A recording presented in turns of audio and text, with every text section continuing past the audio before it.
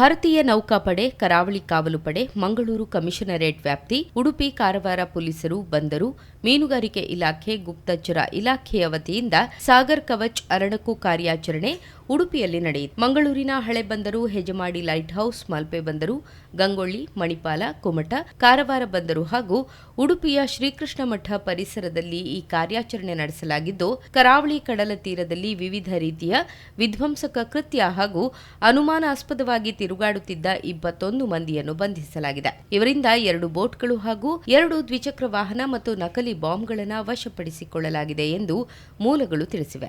ಈ ಕಾರ್ಯಾಚರಣೆ ಗುರುವಾರವೂ ಮುಂದುವರಿಯಲಿದೆ.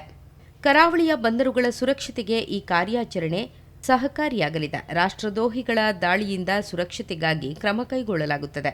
ಇಲಾಖೆ ಎಷ್ಟರ ಮಟ್ಟಿಗೆ ತಯಾರಾಗಿದೆ ಎಂಬುದನ್ನು ಪರಿಶೀಲಿಸಲು ಈ ಅಣಕು ಕಾರ್ಯಾಚರಣೆಯನ್ನು ನಡೆಸಲಾಗುತ್ತದೆ. ಎಲ್ಲದಕ್ಕಿಂತ ಮುಖ್ಯವಾಗಿ ಏನಪ್ಪ ಅಂದರೆ ನಮ್ಮ ಫಿಷರ್ಮೆನ್ಗಳು ಅಂದರೆ ನಮ್ಮ ಮೀನುಗಾರರು, ನಾವು ಅವ್ರನ್ನ ice and years of coastal security ಅಂತ ಕರಿತೀವಿ. ಅವರೇ ನಮಗೆ ಮುಖ್ಯವಾದಂಥ ಪ್ರೈಮರಿ ಇನ್ಫಾರ್ಮೇಷನ್ ಕೊಡೋರು ಅವರೇ ಆಗಿರೋ ಕಾರಣ ಅವ್ರುಗಳನ್ನು ಕೂಡ ನಾವು ತುಂಬ ವ್ಯಾಪಕವಾಗಿ ಉಪಯೋಗಿಸ್ಕೋತಾ ಇದ್ದೀವಿ ಈ ಒಂದು ಎಕ್ಸಸೈಸ್ನಲ್ಲಿ.